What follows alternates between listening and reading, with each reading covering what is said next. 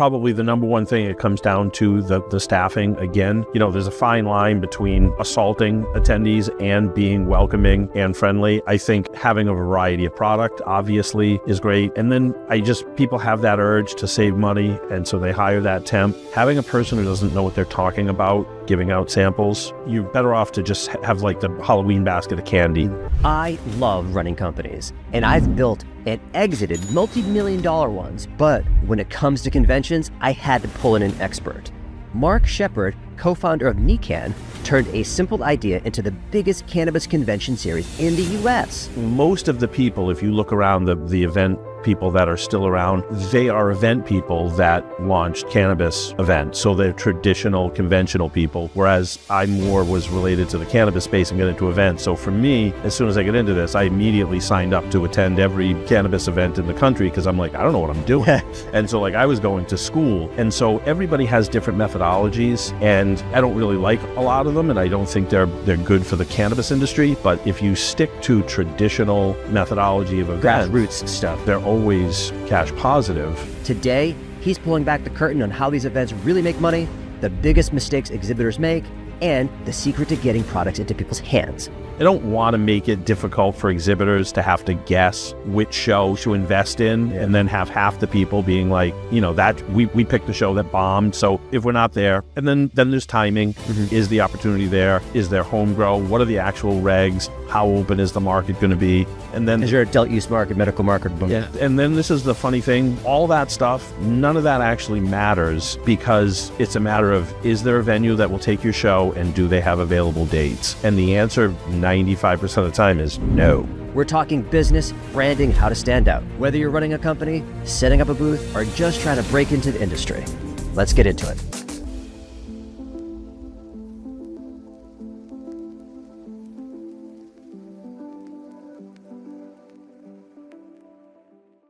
My name's Marc Shepard. I run NECANN, which is the New England Cannabis Convention Company, I guess you would say. And we put on B2B cannabis industry conventions that are focused on the local host market. Okay. And so, I just saw this out of the corner of my eye, so I have to ask about it. Is that a NECANN tattoo? It is. The short story on that is just that as we were approaching our 10th anniversary, we were trying to think of crazy things to do. But then also in the event industry, it's a big thing. Most people are building the event to sell it. And so I get that question all the time. Like, when are you selling? What's your exit strategy? And now when someone asks me what my exit strategy is, I just say I don't have one. Yeah. It's literally, it's on my arm. I can't escape it. Yeah. Yeah. So that's but did you start in events, right? Like in college, you were like the guy who was throwing the big party and stuff like that. Like, what happened? Yes and no. Okay. I did do those events in college, but after I dropped out of college, I ended up entering media, and I worked for probably a lot of people familiar with the Boston Phoenix, the Phoenix Media Group, and I started working there. I started in sales, but quickly kind of moved into operations, and in that industry that role's typically called associate publisher or publisher, and that's where I ended up in Portland, Maine. I was running the newspaper up there, and then eventually came back to Boston and was kind of running all of the divisions for a little while, and the background there, it's advocacy journalism, very progressive, gay rights, equal rights for people. Well, I remember back in the day, Boston Phoenix, they'd be on the streets. Yeah. And you'd pick it up. You're like, oh, this is a progressive newspaper. Yeah. It was the paper where they would say F you in there. And, right. And it was very progressive. So one of the causes obviously was normalization and legalization of cannabis. And so I was there as print media was dying, and I was too young to retire. And so just to keep the lights on, we would do events, and that's kind of old as old as media. It's like, well, we get free advertising, so let's do the event. It was beer festivals and music and parties. And so we were waiting in Massachusetts. At that point, I was working for Dig Boston, which was another all-weekly paper. And we're like, can we do a cannabis event yet? And we were just waiting. And eventually, we looked around and said, people only do them where there's rec markets. I'm like, well, we can't wait. We need money. Frankly. And we just started planning one in 2014. And it was one of the most insane experiences because I got, we had great feedback. We sold out the exhibit hall. It was the what is it called? The castle next to the Park Plaza in Boston. And it was the year that the Patriots made the Super Bowl a bit unexpectedly, and it was 2014-15 when we got 95 inches of snow in like 45 days, and that was the month leading up to the convention. We had scheduled the convention the weekend of the Super Bowl, so we had to move it, and then when we moved it to late February, another 50 inches of snow fell, including about a foot the day before the show. So we were there that morning shoveling. There was no place to put the snow.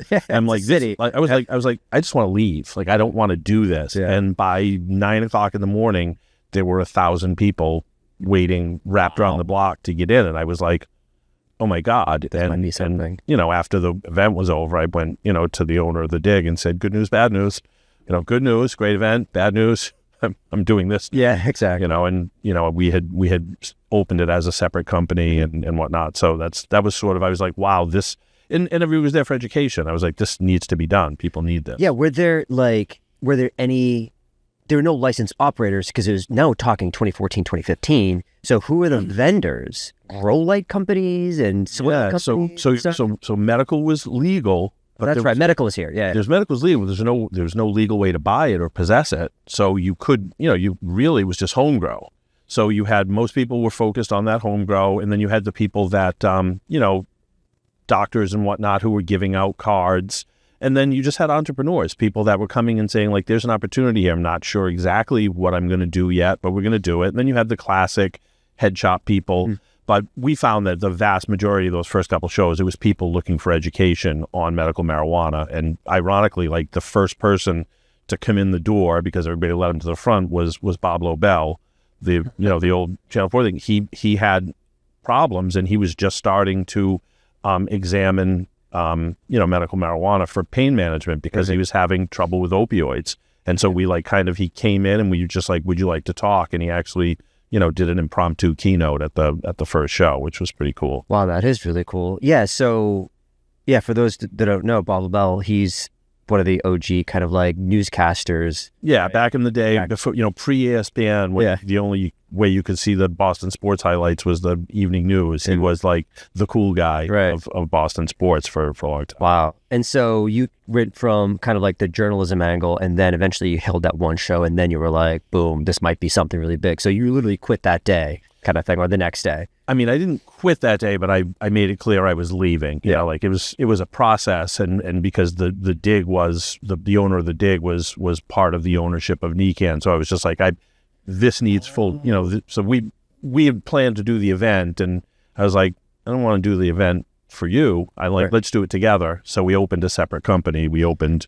Oh, that's interesting. Yeah. So when people, because you already alluded to this, like when people come to you and say, like, what's your exit strategy and stuff like that, do you still have the dig founder or owner, I should say, like as a partner in NECANN, or is it like, what's the ownership look like? Is it just you? And yeah. So early on, he was really, my partner was really into, that journalism beat. He had founded the dig. That was kind of his route.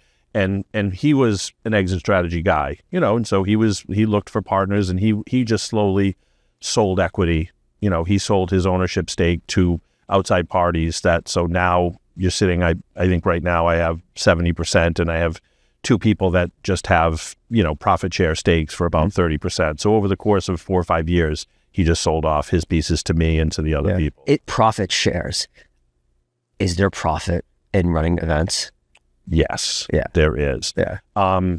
Take me through the economics of running a large event like that. I mean, you always have the specter of COVID when we talk about, is there profit? Yeah. So how do you say the force majeure? Like, I'd never heard of that term in any contract before, and then COVID happened. It was like, we're executing the force majeure because it's a freak of nature. We didn't expect any of this to happen. I mean, one of the great untold stories of COVID, well, it's not a great untold story, it's a bitch by me, was that insurance companies just all looked at each other and just said, you're not going to cover that, are you? And they all went, no, we're not going to cover it. And literally they just told every event organizer, yeah, that doesn't count. We're not covering that. Wow. No event, no insurance. And that, like, literally that's what you pay your insurance for. Right. For coverage. For coverage. I'm like, the venue shut down and I've got all these bills to pay. Yeah, too bad. On your own at that point. And they won. Like, there was no class action suit. There was no nothing. And I'm just trying to, figure out what I'm going to do. So it was weird. But long story short, the funny thing I always say with the event space is unlike the rest of the cannabis industry, which is incredibly arduous to enter and succeed at, you could put me on hold and become an event organizer in 2 minutes. Call up to Heinz and just reserve a date, and you don't have to put any money down. They'll hold it for you. Right. If you have a bank account, they'll hold it, and then you'll either sell enough exhibitor booths and tickets to make money, or you won't. Mm-hmm. Obviously, there's a lot more to that because there's no barrier to entry. It's incredibly competitive. Right. But you also have to, and there's other people who are holding events, but I think NECANN Boston specifically is one of the OG events still. Now, of course, there's always been Boston Free Rally, stuff like that. Yep. So those have always existed, and that's obviously a big advocacy thing, and a lot of people still go to the... Absolutely. On the... man, my Boston geography is all... On the Common, yeah. On the Common, thanks. I apologize. I'm originally from Massachusetts. I had spent 13 years in New York City, so what is it called again? Right. Oh, it's the Common, that's right. Is it Central Park? Right. Exactly. No, it's not in Park Slope, is it? But take me through the economics. It's like, don't you have to put like a ton of cash up front or something like that and then go track it all down? And it's, it really varies. And it was interesting for me coming in from not events. So if you look around, and I'll get back to the Boston specific in a minute, but like most of the people, if you look around the event people that are still around, they are event people that launched cannabis events. So they're traditional, conventional people, whereas I more was related to the cannabis space and get into events. So for me, as soon as I get into this, I immediately signed up to attend every cannabis event in the country because I'm like, I don't know what I'm doing. And so like I was going to school. And so everybody has different methodologies, and I don't really like a lot of them, and I don't think they're good for the cannabis industry. But if you stick to traditional methodology of events, grassroots stuff, they're always cash positive. Oh, right. So you're talking about the events business in general. Yeah. To be cash positive. If you run a successful event, if you're running it, you should literally out of the gate always be cash positive because again, your major expenses, payroll, which bleeds out week to week, but then it's a venue rental, and then like the show decorator, you pay them. You pay a little deposit, but they give you the final bill afterwards. Mm-hmm. And does the fee to the venue cover basically the majority of it then? Because it's like they have the space, but there's also the people we've had many run-ins with, which is they call the show decorator, right? And it's Freeman in Boston, and when you take those two combined, that's the lion's share of your thing of your cost. But then everything is related to that people don't see. Like again, it's different every venue. Most venues, well, this is the rental fee, but you have to use our AV and you have to rent it from us, and a setup like this that you bought for $1,000, they would rent it to me for $10,000, and I would pay Jacob $2,000 to set it up and be here. And union and everything involved, and even if it's not, and one of the craziest examples, and I love the people at the Atlantic City Convention Center. It's probably one of my favorite venues to be at, but they can't do anything about it. But the venue itself is actually built, and it blocks Wi-Fi, so you have to buy the Wi-Fi. Or else people walk in and they have no internet access, which you can't do. And so in this modern day, if you go into a conference center, they'd be like, all right, if I got to do business, I got to leave, basically. Yeah, and the phone doesn't work. So when you sit there and say, oh, wow, their rental price is really reasonable, but then it's a third-party thing, and it's like, oh, yeah, it's $15,000 to Freeman, whoever's running, to just have the Wi-Fi there. And you're like, so everything is an ancillary cost of being there. It's basically like if you planned and you threw a party at a Red Sox game. It's like, oh, well, I need 200 waters. Well, they're $8 a piece. Exactly. And you need people to serve them too. Yes. Yeah. And we will have to serve them to you. Yeah. Right. Exactly. You can't just hire your own people to serve them. No. You have to, because you've told me some stories about like how it works with Freeman now that Freeman is now in charge of it versus I think Emmerich was the one that was at Heinz. Well, it's actually Levy Restaurant Group is in charge. Freeman does the show decorating, but the Heinz the concessions used to be Emmerich, now it's Levy Restaurant. Okay, that's the one I was thinking about. So Freeman isn't they're just in charge of the furniture and yes. So what's the deal with like this just seems like a total racket to me. why do they have to rip up the carpet each time and then re-put it all back down for the next show? Well, that's the funny thing. The joke I always make is that if they could pump the oxygen out of the room, they would rent me the room without oxygen, and they go, "Oh, you want oxygen?" Yeah. And in reality, though, if I really think of it, like you're the Heinz Convention Center, so you own that facility. The cost of putting down a decent rug, they're going to get destroyed. Yeah. And then replacing them every few years, you're going to have to shut down for a week. You're just that. So those carpets are actually Freeman's. So Freeman rents us the carpet. That's just a bare floor. And I've come to accept that. Like, we have rented some venues that have carpet. Yeah, they're gross. Yeah. And you're like, oh, that carpet's here, and people It's just spilling stuff it, this, that. And I'm like, yeah. So I get it. I do. And they have to make money as well, and the whole thing has to make money. And, again, people wouldn't do events as an event organizer if it wasn't profitable. Right. But it's astounding. The tough part for us is making people understand that you realize I'm not getting any of that money, right? And that was part of the convention piece that I didn't really like, was that the norm is you do get a piece of all that. Right. So is that true? So typically you get a piece of them. Well, say like even something like say lead retrieval. So what's lead retrieval? When you maybe you guys don't buy it, but so you have your badge and it has a QR code on it. Most major shows, they'll have an app, and if you're an exhibitor, you can buy lead retrieval. So you download their app and you can just scan badges, and it gives it all. So they'll sell that service to the exhibitors for about $200 a piece. The norm in the industry is to jack that price and say, oh, it's $300. And then I keep 100 or whatever. And whatever percentage of it. So I'm like, I just take it case by case. If I think it's fairly priced, I'm like, well, let's just do it at that price. Right. I'm not going to tack on. Right. And then. Well, I think about it, and I think, there's all these little fees, and, we had a crazy episode, which I'll get into in a minute, but from my perspective, it is just astounding of how many things they can add on just for the people who run the booths also. Like, hey, here's a full list. You want a chair? That's $150. You want a table? That's another $300. And it's like, I'm not buying it. I'm renting it for 2 days in March. So, but at the end of the day, who's going to get all the blame for that? I am. You are. And you are the one who everybody goes to, hey, Mark, what's going on? Like, they're charging me all these things, and how can you help? And all this other stuff. And you're like, I don't control that. No, and we call it's an inside joke for us, but we call it Drayage Week, is the week after Boston NECANN, when if we have 300 exhibitors, 100 call up outraged at the drayage cost. So we're prepared for it. We try to give people the information and this and that and everything, but yeah, it's people are outraged at what it costs to get their stuff in and out. And I'm just like, I just don't have any, just have no venue. You just don't have a say in it. Do you have so out of 300 vendors, you might get 100 of them. Is that, wow, that seems like a third of them. That's a big amount. Everybody, there's two parts. There's the people that had no idea. They're just like, oh yeah, these people are going to move our stuff in. Right. And then they get a $5,000 bill for it. And then there's, in any industry, there's people like, doesn't hurt. If we complain, maybe they'll knock $100 off. Right. A lot of them are that. Okay. They're just like, I complain every year. So that maybe $100 discount. Maybe Freeman will drop $50 up. Actual, we have to sit down and deal with it. Yeah, probably like 30 or 40. Okay. But it is a strong 30 or 40. The people that basically. So after the event is over, they come to you and say, hey, we got to sit down and talk about this. Because they have a phone call. Because they don't get their final bill until after, Freeman moves all their stuff out, and then they just send all our exhibitors bills. And, it's got.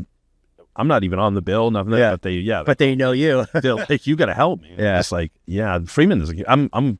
Who are you? I'm nothing to Freeman. You're one of the smaller shows. Oh, absolutely. Across the we don't buy anything. We don't. I don't buy anything. Yeah. That's. Well, I know because you had a crazy story. Was it last year or the year before about pizza? Yeah. So what's that? What happened there? And it's always tough because the people I deal with at Levy personally, they're very nice. Mm-hmm. I like them personally, and I've made it very clear I just don't like the policies of the company. So I got 20 people there. They work and they're only taking 15, 20 minutes, to eat. Literally, you're at Reg. You've seen Reg all day. You're just standing there. It's like at a busy retail place. Go back and wolf down 2 pieces of pizza. Well, then head it back up. So once Amarok passed off to Levy, they stopped the pizza delivery man at the door and said, you can't come in. they told security, you don't let those people in. So I went. I was like, God, that's my staff. They're like, well, you didn't order lunch for your staff. And I'm like, I know, because it was going to cost $3,000, and the pizza cost $300. Right. And they're like, well, you can't bring that in. And literally, they didn't let us bring it in. So what did you do with the pizza? I don't know what happened to the pizza. This guy went back. I had to walk away, so I don't know what happened to the pizza. Something happened to it. But I would also have to walk away in that situation. This isn't a good place for me to be. And so then we had to actually stagger and just have people leave and go out into the Pru. There's all those food places, but now it's taking 3 times as long. They're very crowded, and so it was those little things. I'm just I just have to get used to them. Yeah, and some venues let you. This one doesn't. Right. So NECANN is beyond Boston at this point. Yeah. You've got an Albany show. You've got now I think Philly is Pittsburgh. Pittsburgh. Probably Philly next year. But wow. So would you do Pittsburgh and Philly, or just one in Pennsylvania? Just one. But you're in Pittsburgh. We partnered with someone who had reached out to us that I know, who was doing events, and he said he'd really like to take it to the next level, and would we partner? So we jumped in kind of last second this year. It's all medical, but he has plans, to do an NECANN style event. So now we're going to partner with them. Eventually I would imagine they're also going to flip at some point if they've been medical for a while. So yeah, I all these states that exist in their, Massachusetts being one on the East Coast anyways, one of the founding really cannabis states, with alongside like Maine and stuff like that. Even Vermont was after us, but Vermont had, I guess, legalized it at least. Before. Yes. You just couldn't buy it. Yeah, exactly. But you just couldn't go out to a store and buy it. So as you're developing all these kind of new sites, is there a specific set of requirements that you look for in a new state you're going to enter? Yeah, there's like a million. And what are the, give me some top 3, top 5 things you look for? I mean, the first thing is is there somebody already doing it well in that state? And if they look for the competitor side. Yeah, and that was a difficult example of that was in Maine, where I lived in Maine for 13 years. The 2 guys working with me were from Maine. It was a no-brainer to do it, but we quickly found out that the medical marijuana caregivers of Maine did an event 100% focused on medical, but it attracted the rec people then. And I was like, oh, us being there is going to impact. That was their annual fundraiser. And so I was like, I don't want to put them out of business. So we did everything we could to separate it. We did it as far away as we could, 6 months away. But eventually, as I saw their show decline, I reached out. We partnered, did the event with them, and then it wasn't really worth it because it was splitting. And I eventually just said, look, why don't you guys just do the show? So I don't want to make it difficult for exhibitors to have to guess which show to invest in, and then have half the people being like, that we picked the show that bombed. So if we're not there, and then there's timing. Is the opportunity there? Is there home grow? What are the actual regs? How open is the market going to be? And then is there adult use market, medical market, both? Yeah. And then this is the funny thing, all that stuff, none of that actually matters, because it's a matter of, is there a venue that will take your show, and do they have available dates? And the answer 95% of the time is no.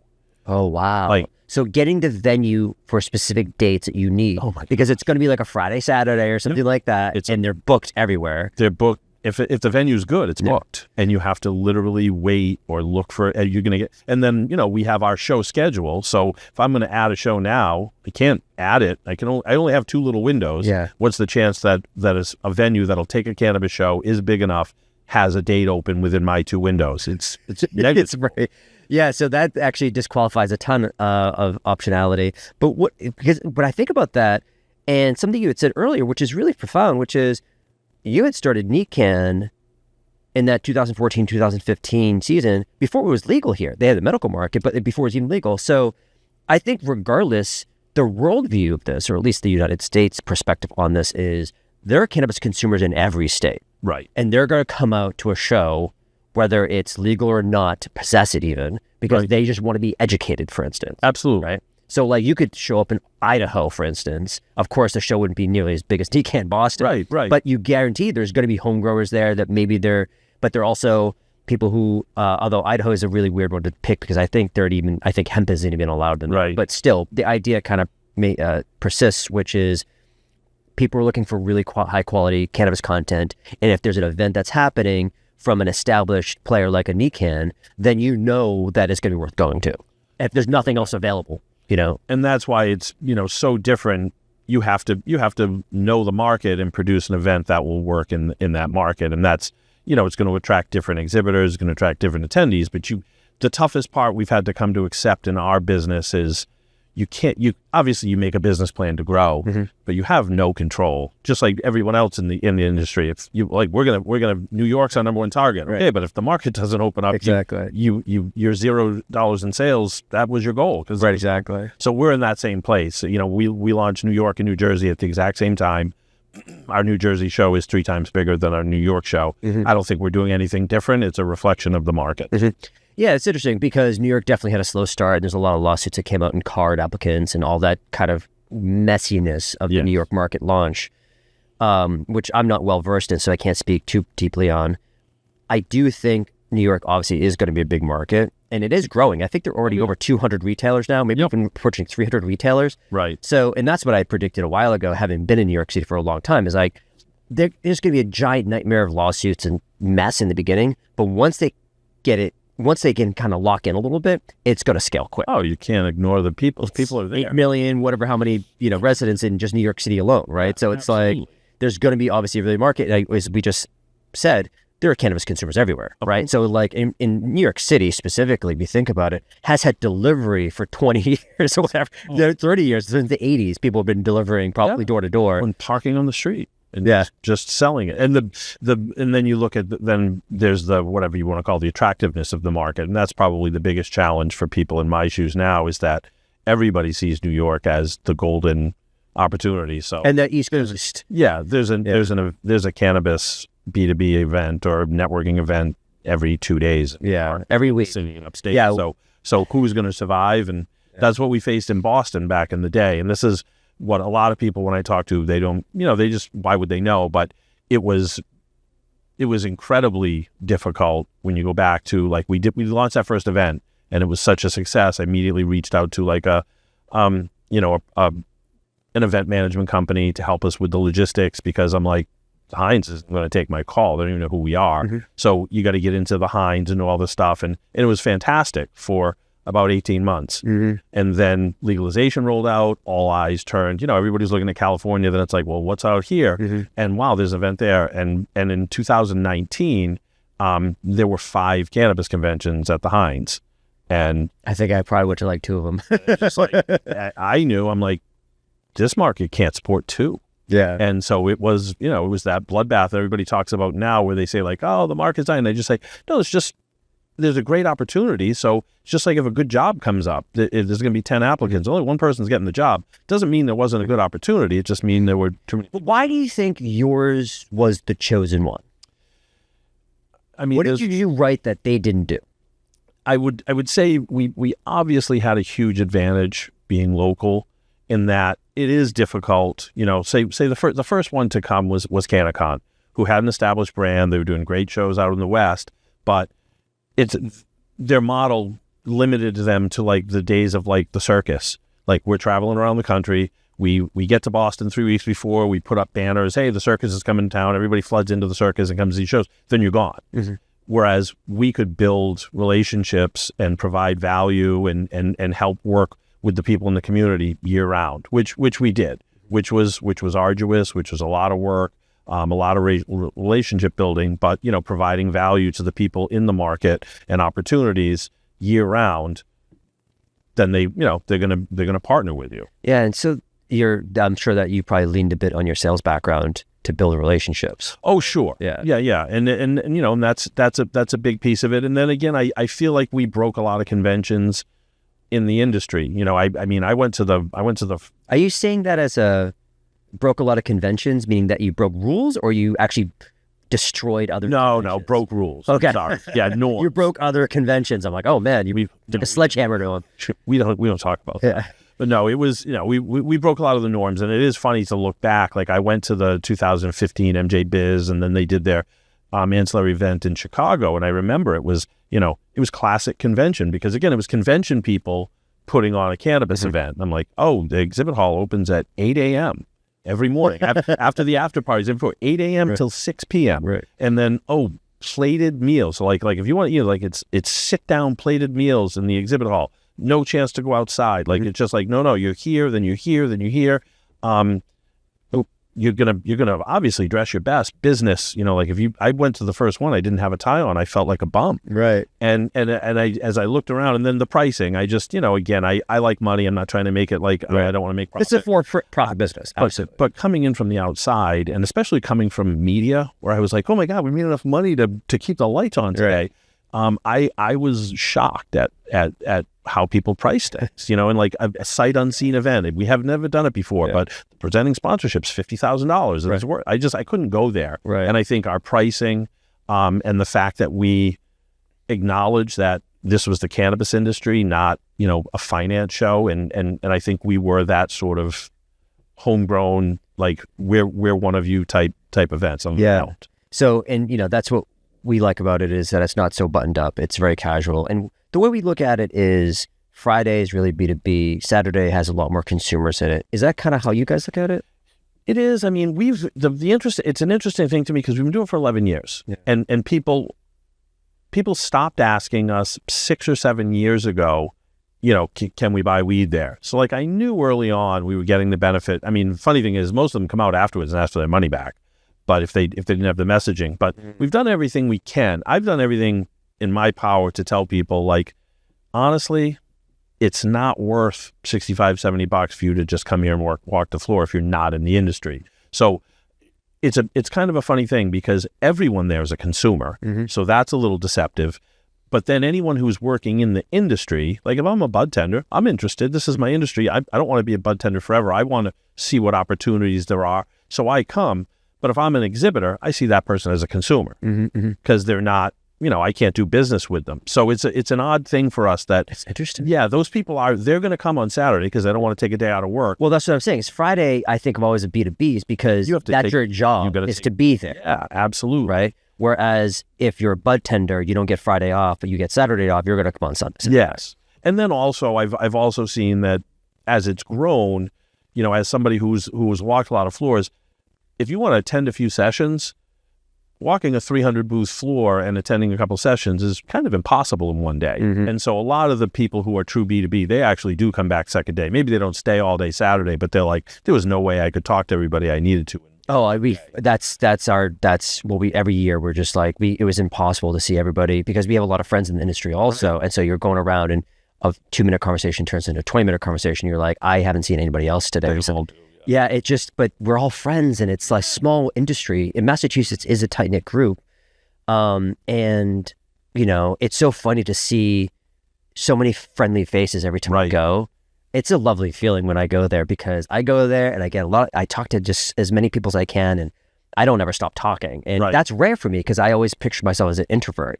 But standing up in a booth kind of puts you in that position where you have to show up. You have to actually be that person. And then when it's 100 people like if I ran into this person on the street, I'd have a conversation. Right, exactly. So it's not just some stranger. It's like, oh yeah, I remember you. Yeah, that's, you work at Ascend or whatever. Like, let's go talk. And that's the ultimate goal for a show. Obviously, you've got to provide strong ROI for exhibitors and attendees. But at the same time, I've always thought of like, can we become the annual meeting? So like there's conventions, but then there's like, associations that have their annual, get together, and it's not 100% B2B. It is that networking relationship and just everybody getting together and kind of celebrating like, oh, we're the Massachusetts or New England cannabis industry.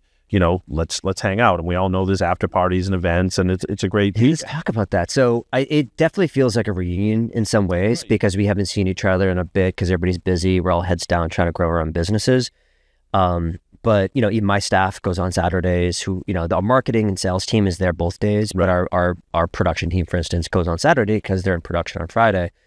But let's talk about after parties and stuff like that. I run a newsletter, as you know, Jason's Highlights. Yeah. We cover as many events as we can up and down the East Coast. We really don't try to go too far west because there's just so much going on in the East Coast. Like you said, New York has an event literally every day, basically, in New York City right now, or in New York in general, including upstate. So we try to do our best to cover all those things. But one of the big things we always like to do is we'd like to put together like the after party list, right? Hey, NECANN Boston's happening. Here's the after party list. We try to list as many events as we can in this list.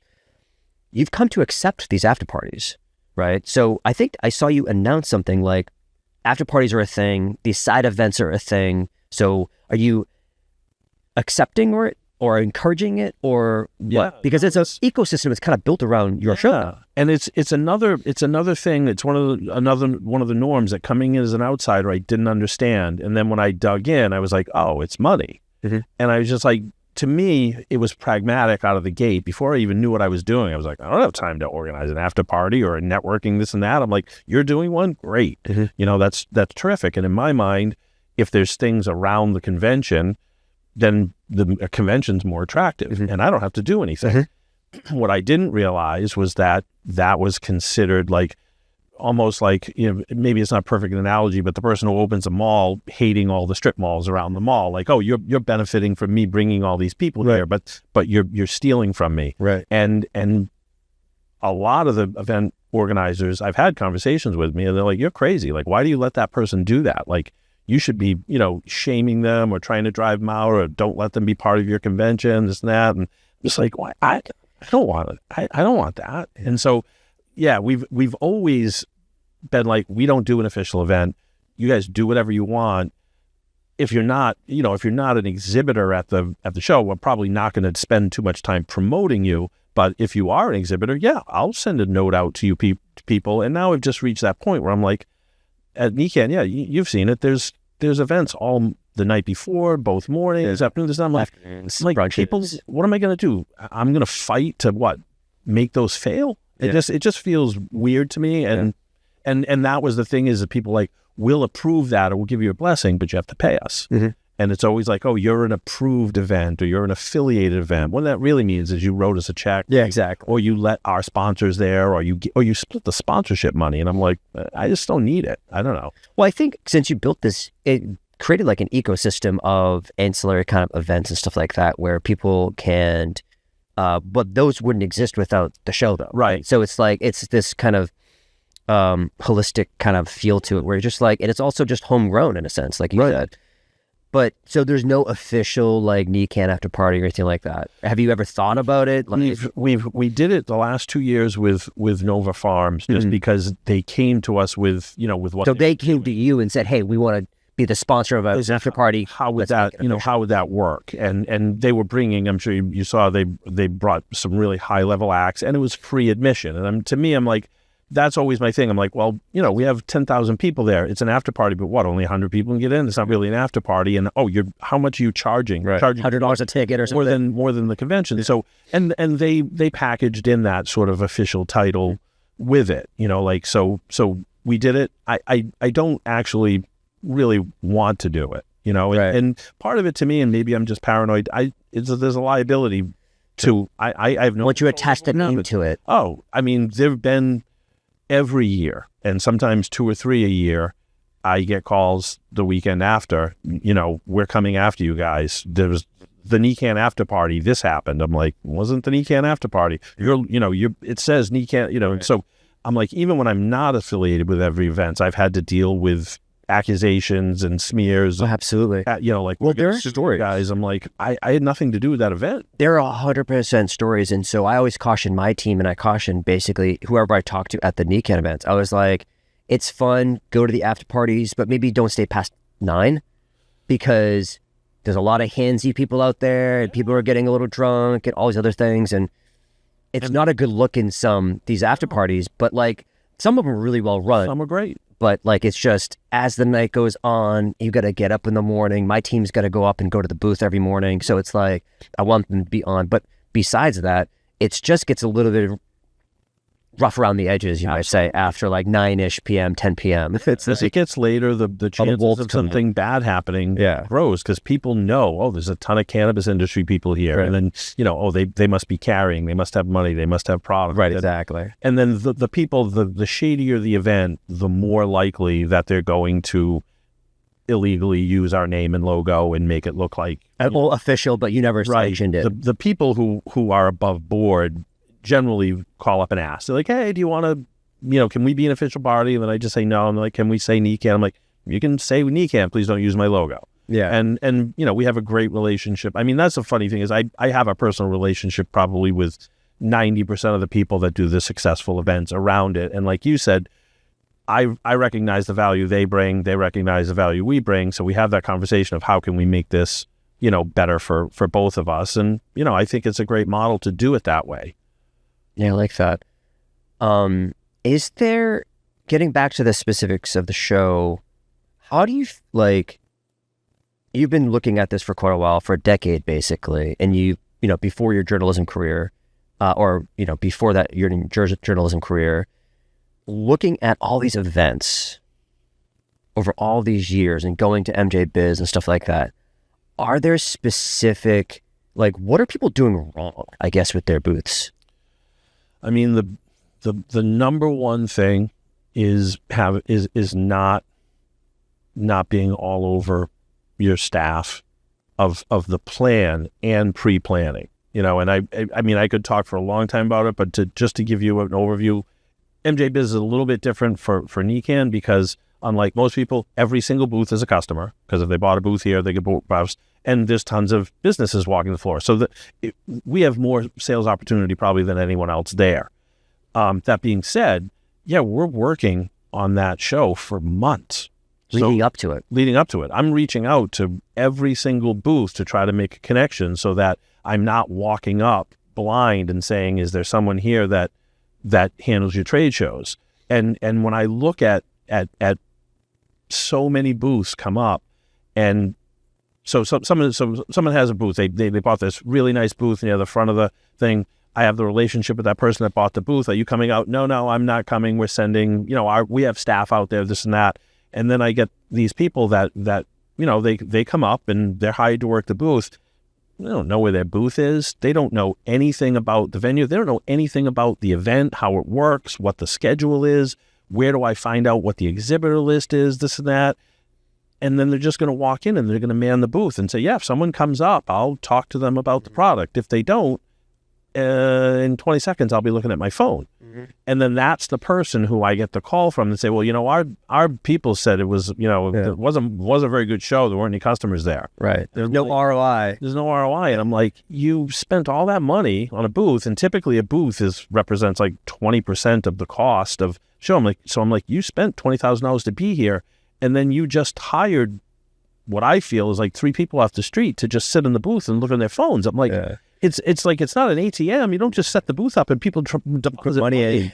And that's you got to put the work in. The biggest thing. You got to put the work in. Yeah. And there's that reaching out to people, but then there's also at a show like NECANN that has the entire industry there. Just as you have to attract people, you also have to move people along. And I'm sure you find yourself probably 100 times in a show of like, I don't have time to talk to this person.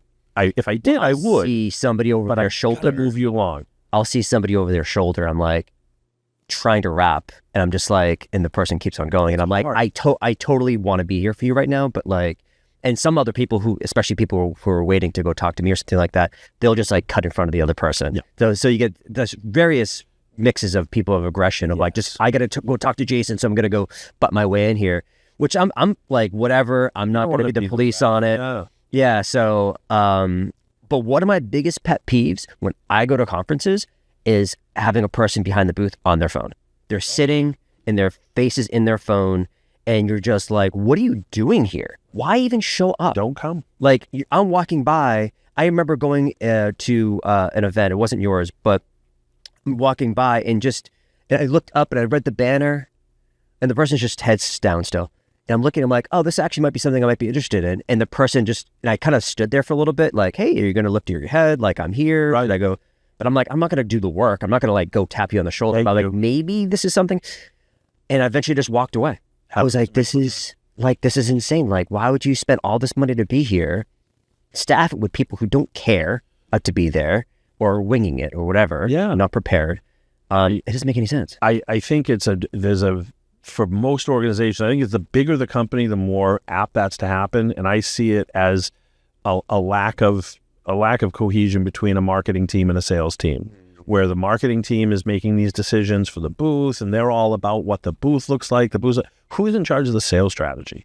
And is it just a matter of like, oh, tell the salespeople that's the show to go to, and they shale off. They wake up in the morning like, oh, what are we doing today?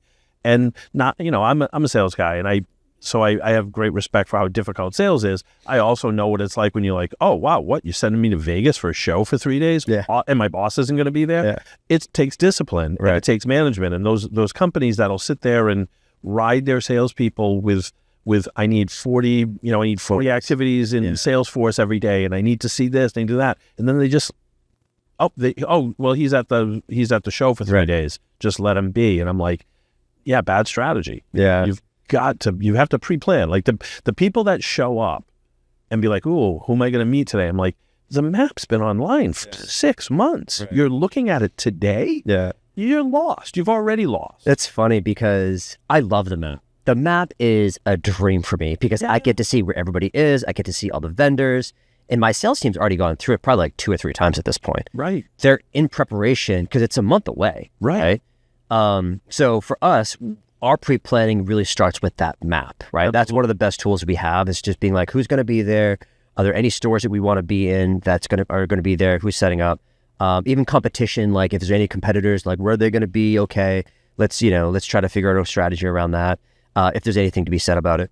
And, are there any other tools that you guys kind of offer? The floor map is fantastic, right? So you can go to the NECANN website right now and look at the floor map for Boston. And if you're a brand or a retailer out there, you get to see everything up front in advance of like who's going to be there. And you can plan everything. You can plan your routes even at that point. Yeah. So you're just like, hey, I'm going to hit the west side this time, the east side next time, and the next day. And even that's a big point because people, if they show up the day of, you end up, this is 3 halls long. It's hundreds and hundreds of yards. You don't plan your day right. You walked the length of 3 exhibit halls 9 times. You could have walked it twice. Right. You wasted an hour. Right. And you're tired. Yep. So there's certainly that, and then I do say again on the other side, it is that managing to move people along, and then if you're someone, which I assume you guys are, you're obviously customer facing, getting the people to come, but you're also, there's lots of different retailers and brands exhibiting and walking the floor. You want to maximize your ability when you're out on the floor, and one thing that I've learned because, I'm that guy. I'm going around to these people who are trying to sell their product, and I'm trying to sell my product. Yeah. and I learned very quickly from watching other people like how terrible they are at that. Where you walk up and like I sell trimming equipment, and this person walks up and they sell SEO services. This person, oh hey, how you doing? They're gonna be nice. They're gonna do this, and just launch it to our SEO company. Does that like now? There's a sales rep has no say in that. Yeah. There's nothing, but he's trained. Interesting. Oh, that sounds great. Oh, wow, that's really and just listens for 15 minutes.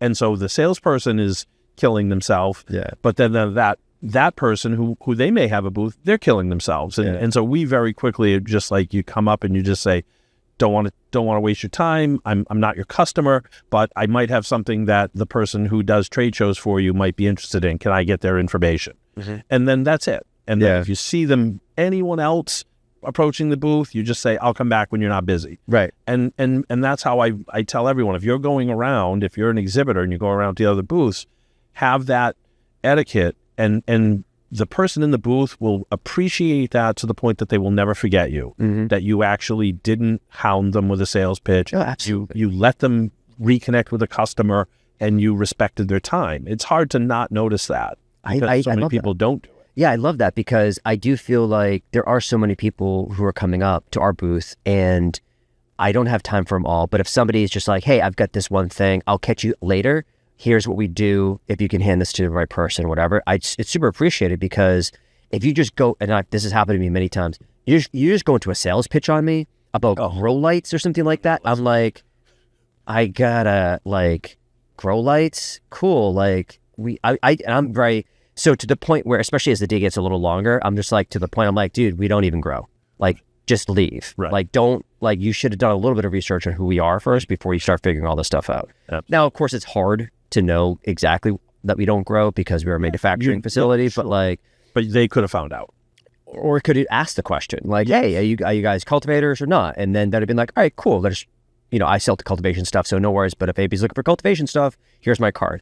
Which again, most cards, if you're handing me a card, unless we had that, and unless it was an actual good relationship, and it was like, like you're relationship building and not just trying to like extract money out of my wallet, I'll keep the card. I'll be like, all right, this is a card. Like if I ever, maybe there's a way to evolve this into a new strategy for us or something like that, maybe.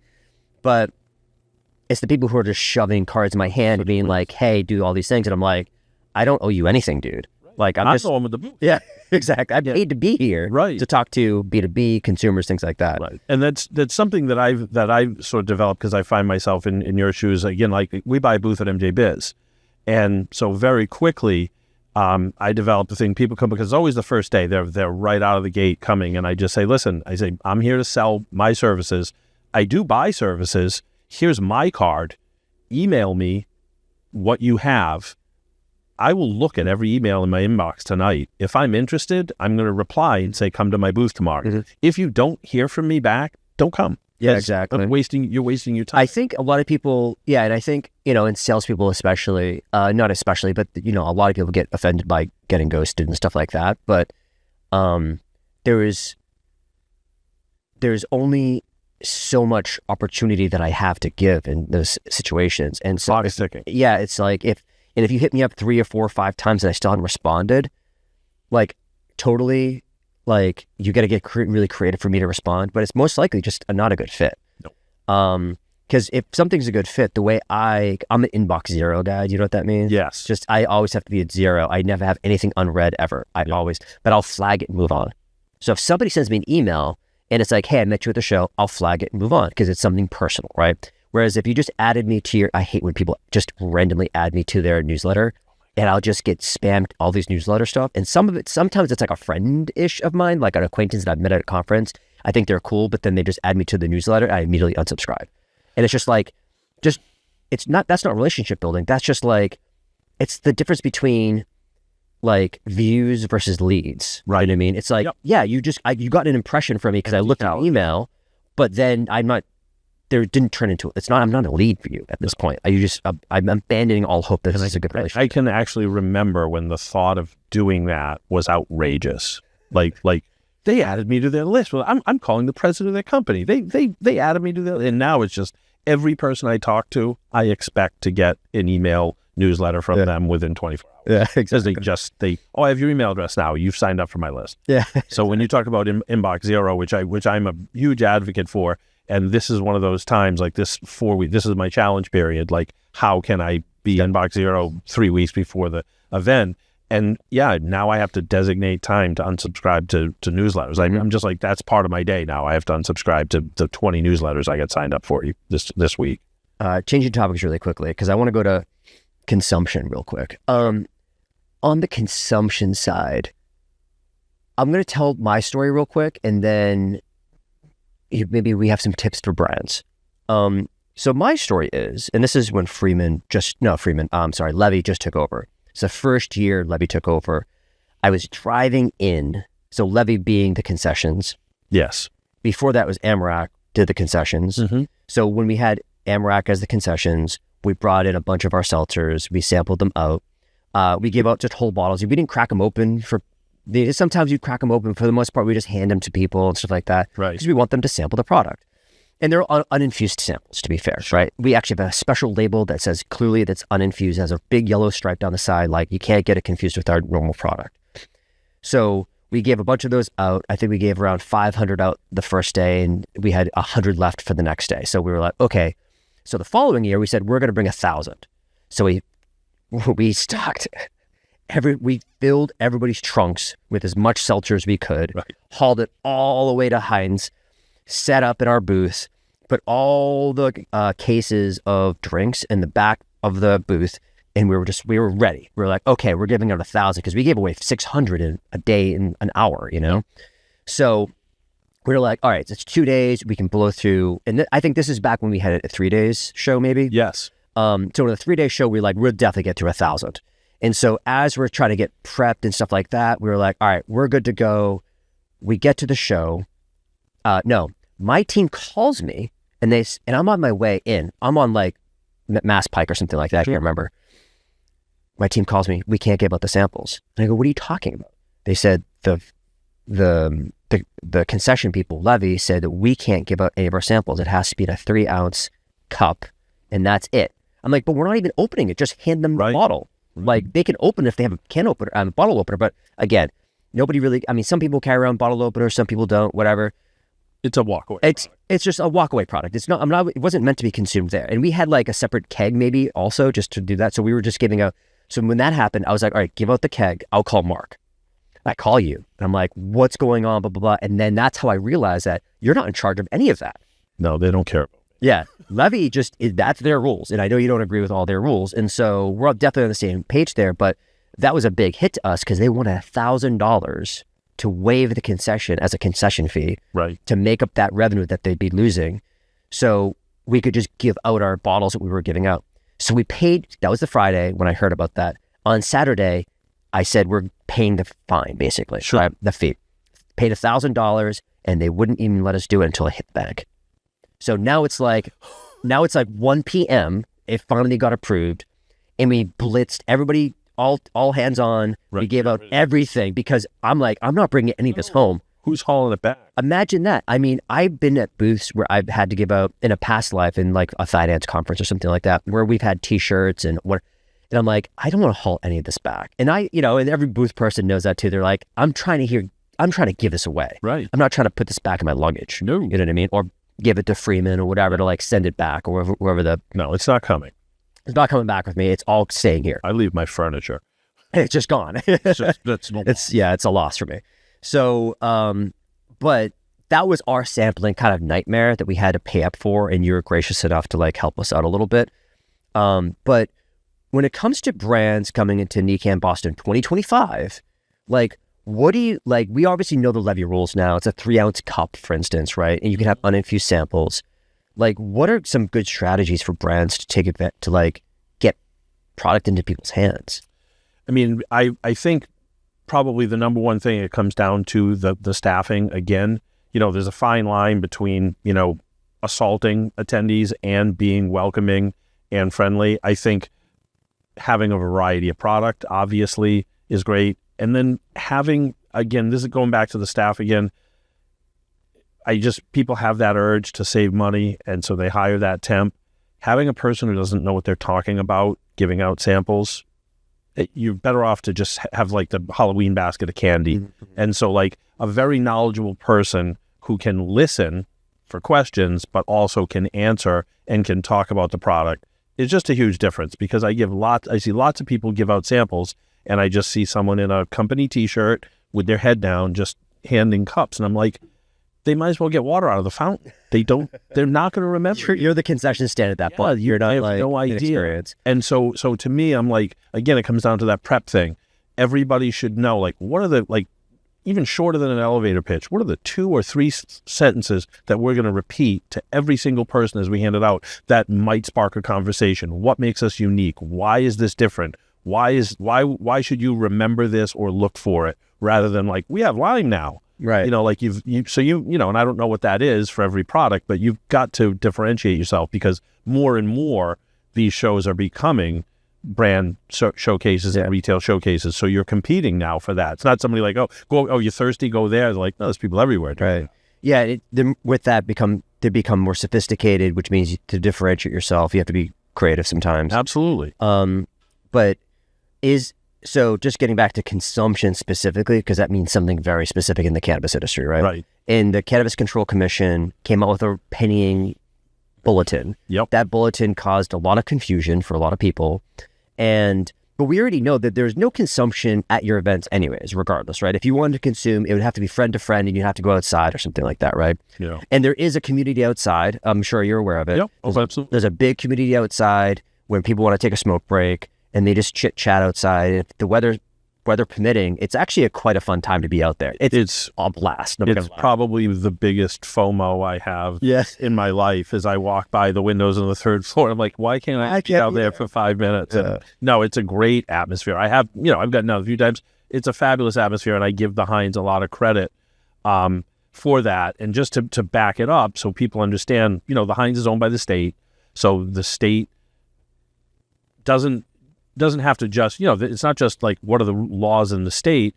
The Heinz has its own rules. And because it's a public space, so they consider it an all ages space, even if I have a 21 plus show. So I go to them every year and ask them, can you update your policies? Because believe it or not, the actual policy of the Heinz is if I think someone has a joint in their pocket, I'm not supposed to let them in. Cannabis isn't allowed in the building. Again, they treat it sort of like a school zone. Like this is, and for another food for thought, I don't want to go down the hole, but we don't rent the whole building. And for the third time in the last 10 years, there's an under 21 convention in the other hall. And we're there every year. The Heinz tells people, like, do you know there's a cannabis? They're like, well, that's the only date you have available. They take it. So I get it, but I go to them and I say, guys, that law was written, or your policy was written when cannabis was illegal to possess. Can we change it? And they like, well, we can suggest it to the lawyers. I'm like, okay, so no. Right. So that's where we are with the Heinz, is that their policy actually says that they're supposed to let cannabis in the building. Right.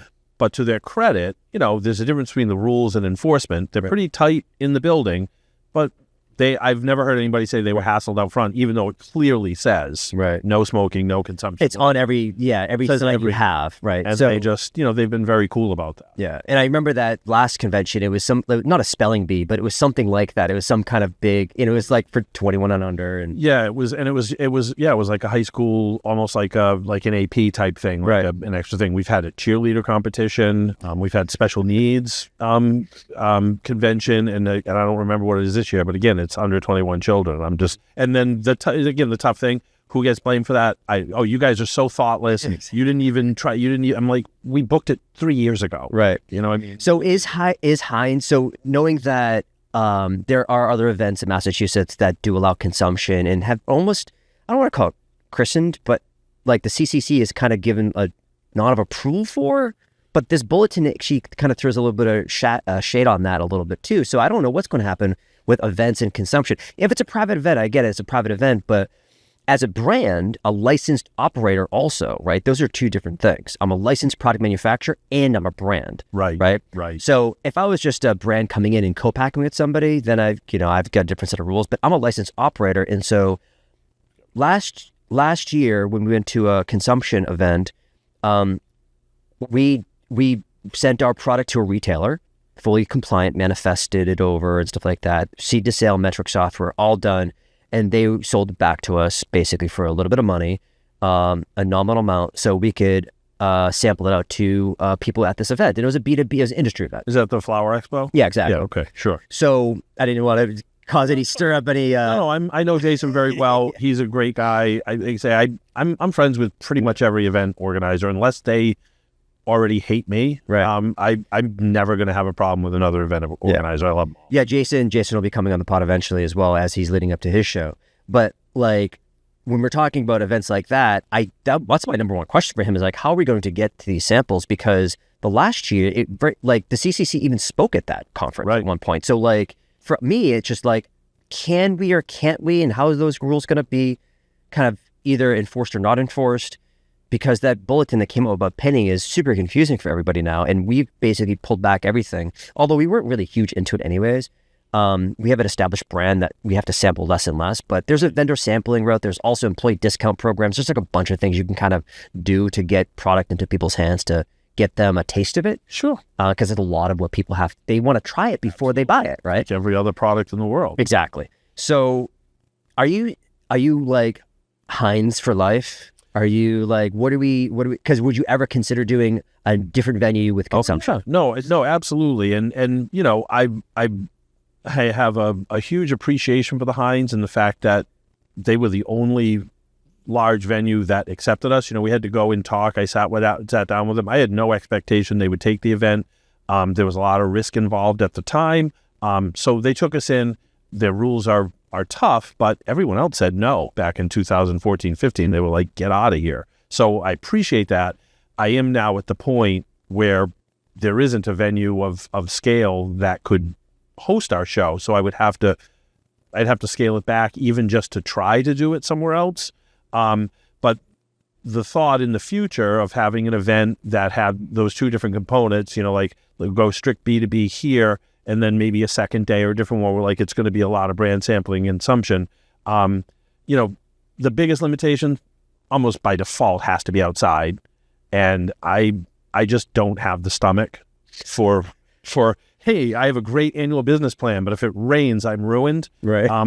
The people who do that, like, geez, like, I'm like, God bless you. I couldn't do it. I couldn't. I remember the first year Flower Expo, there was a giant windstorm came out on the second day, and I'm just like, I'm glad we have an indoor booth. Right. Because if they had an outdoor booth, everybody was collapsing their tents and stuff like that. Like, it's always easy afterwards. Why didn't you have this? I'm like, Right. why didn't I prepare for a monsoon? I don't know why. Exactly. That's what it felt like at the time. Yeah, Our doors are practically blowing off. Your booth was destroyed, and nobody wanted to stand outside. Nobody's going to be, So it made for a memorable moment, but not necessarily the best brand experience for the customer or for the B2B side of it. So I would look at other venues, and I think as this social consumption licensing eventually rolls out, I mean, is it going to be 6 months or 6 years? But I think that it'll be almost part and parcel, where we'd be saying, okay, the event's at the Heinz, and there's going to be an ancillary piece of it at a place where we can sample consumption. I think eventually all conventions will have to do that if they're in a state where social consumption is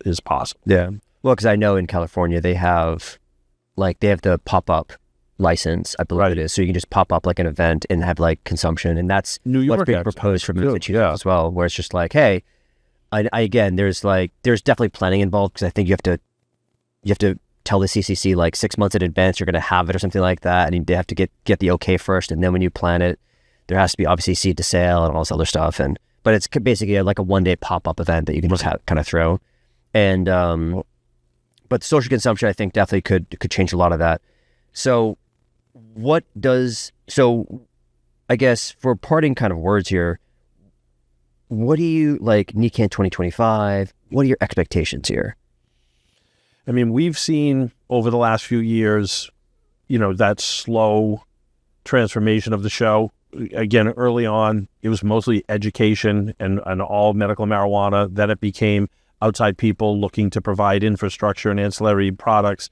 Now, I think you're looking at what you see in what an established markets trade show look like. And a lot of people say, well, it's going to be all brands and retail now because ancillary's over. And I'm like, okay, no, because there's in New England probably going to be, I don't know, 300 or 400 more licenses granted. People go out of business, new ones come in. Just because you have grow lights doesn't mean you don't want to upgrade them 3 years from now. So I think you'll always have that, but we definitely are seeing an increase of retailers and brands showcasing a products. If you go back to pre-COVID 2019, we were almost asking ourselves, why we don't, because you're afraid of being branded a consumer show. So you're like, do we want retailers at the show? Now, I mean, that's by far the biggest vertical of exhibitors at our show is brands and retailers. And I expect that to continue to grow. The biggest lesson I learned, not just from COVID, but just from the way the markets are, as much as I love to plan out, I don't know what the market's going to look like next year. Yeah. So how much can I plan for what the show is going to look like? Right. You almost have to wait and see. Yeah. And I do feel like with some of the larger brands closing up shop, at least, in their cultivation and maybe their manufacturing, and they're maybe just keeping their retail stores or something like that, or in the cases of like a Rev just closing up entirely. Right. Because I thought they were going to keep their retail, but I think I just heard that their retail is also closing. So, and also like CC, there's like a bunch of the big ones that they were the stars of the show, maybe 2019, 2020. And, those are kind of big boots to fill in reality, right? Because they provided a lot of product in the market and had their stores and stuff like that. And with the market flat to down, you know what I mean?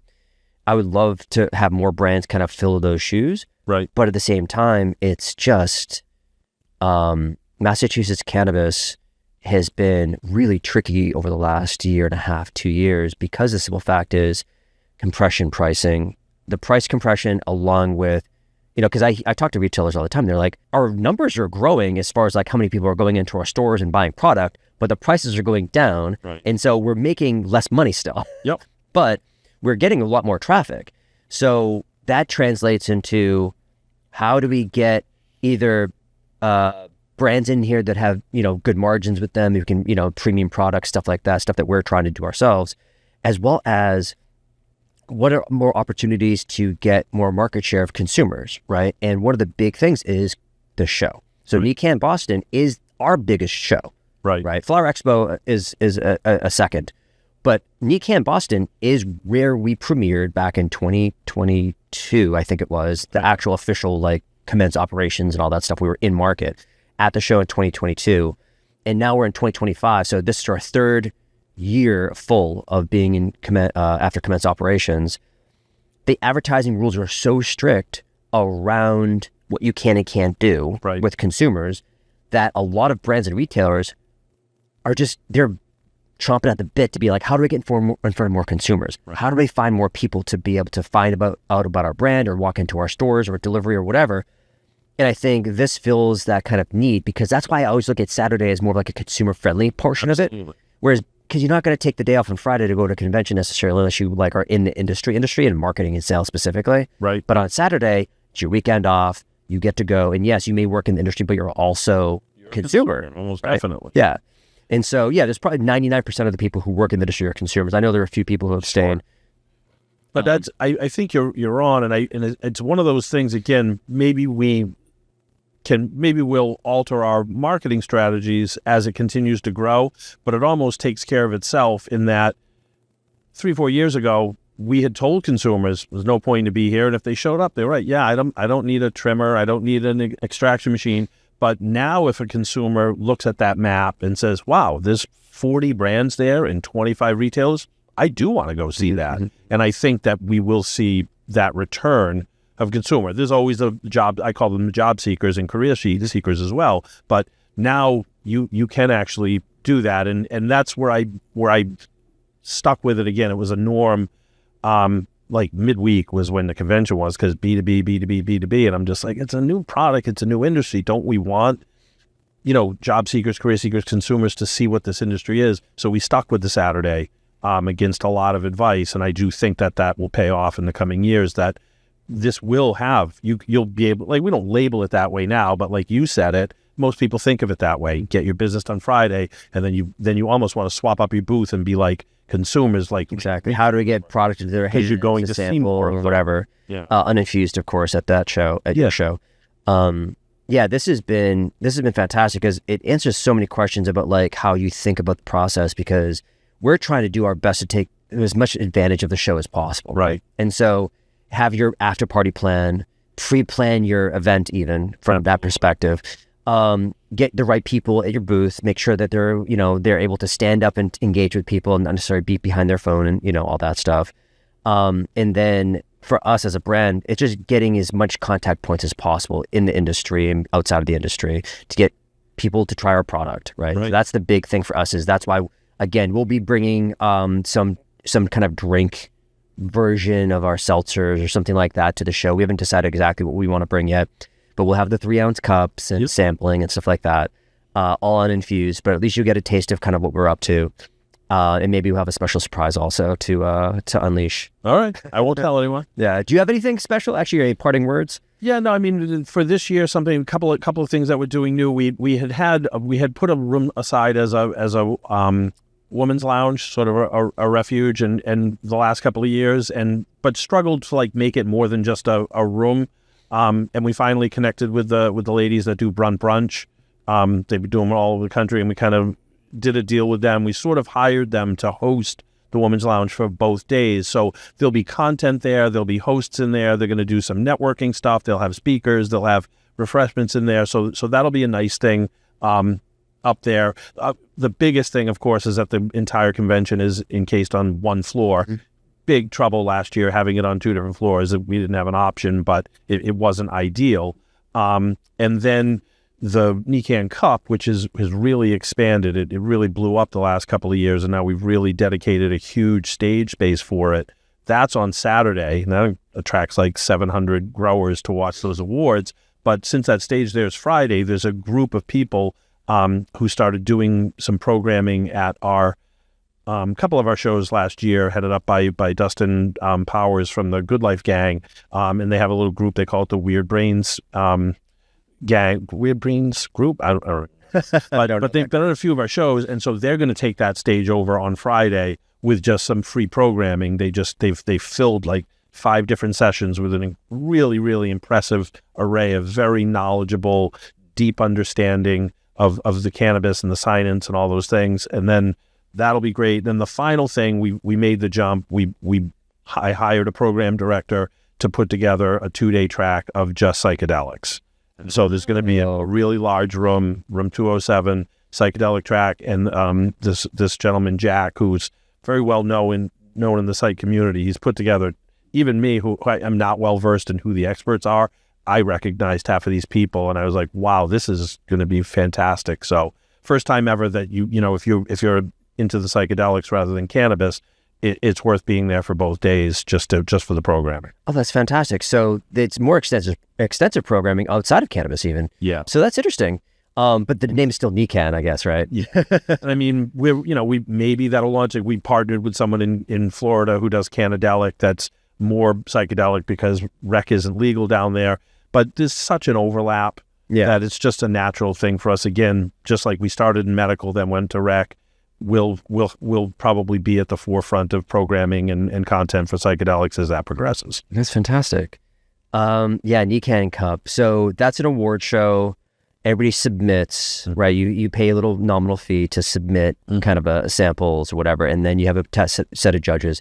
Where are these judges coming from? Who are these people? How can I give them a couple extra bucks in their pocket to help out? I don't know. Actually, we didn't put anything in. I'm not gonna lie. Yeah, we don't really do any paid kind of award things, and lots of people don't. And it's if you're gonna give us an award, we'll take it. Sure. But if I have to pay a fee, it's just not something we do. Maybe it may change in the future. Who knows? And sort of the idea, and I don't know if you know him, but Mike Clinton, he's the president of NECANN right now, and he's always done cups on his own. And I've known Mike. Mike actually had a booth at the first NECANN at the Castle in 2015. That's when I met him. So we've always talked. He came to the idea of the brand is strong enough. We could actually do a really nice award show. So he actually is the brains behind it. I think we provide obviously the visibility, and it's been able to grow because it's at NECANN and it has that sort of name to it. But as far as the judging, that's the toughest part, is that, every judge application, I've smoked cannabis my whole life. Exactly. Or I grew it, it's all legit. Right. But I don't know you. Right. Are you going to just take it and smoke it with your friends and fill out the card as a joke? I don't know. So people hate this, but you really need to there has to be a credibility connection with the thing. So we take all the applications, but it's hard. I mean, you vetted. I can't even find you online. I don't know who you are. Right. I'm going to make you a judge in my competition. How can I? So how many judges are there? It varies based on how many. I mean, we had over 400 entries last year. So you can only give each judge so many. So depending on how many entries they are, we get hundreds of applications. We'll always have enough, but you kind of vet it. And I don't know. I don't want to speak out of turn because Mike handles it, but just say it's 30, each person can only do 30 samples or whatever. You just do the math and say, we need, you want 5 or 6 judges for each category. There's a lot of judges. But in the end, my advice to anyone is give us enough information that we can find you. And, if you're not known in the cannabis community, we're not going to know you, and you're probably not going to make the cut. What about, so have the judges been picked for this one? I know that's a question. They definitely have. And it's one of those things also, and I want to say this, not to be self-promotional or whatever, but there's always that suspicion of oh yeah, those guys were a presenting sponsor. Of course they won a thing. Right. Mike and I are very careful. If the FBI seized my computer and my information, I don't know who the judges are, and I don't know who the entries are. And we keep it that way. And Mike doesn't care who our sponsors are. Mike's definitely an FU kind of guy, Mike. So there's that clear wall there. There's 100. There's no, from your perspective, since you have sponsors going and paying for booths and paying for whatever. Or your booths. Yeah. I'm banners and, Wi-Fi access codes, stuff like that. Those sponsors. So if they're coming. Lanyard sponsors. Back of the bag. And then Mike is kind of just that there's a clear defining wall that I'm not going to ever cross that and be just because, I'm not going to name any names, but just because XYZ dispensary sponsored this one thing doesn't mean that I'm going to hire them as judges or give them preferential kind of treatment in the cup itself. And that was just such an easy marriage, because I came from media, where that was the rule number one. First one, I'll buy an ad if you write an article about me, and they're like, yeah, you need that advertising. That's not going to happen. That was very old school with that. And Mike, has he built his career on doing those competitions. So he's like, Mark, the first time you asked me about somebody winning or letting someone win, he's like, I'm not going to do business with you. So we were just like, no, the cup's only going to be successful as long as people feel that it's untainted. It has to be integrity. It has to have integrity. And I feel like that's an extremely important part of this, because you hear about all, award shows. I mean, the MJ Biz award show, and people are like, it was rigged. There's all these people and they got these awards. It's just like, well, that's why I also partially don't participate either, is because I don't know. Because you don't know. I don't know. You have to be as transparent as possible. Yeah.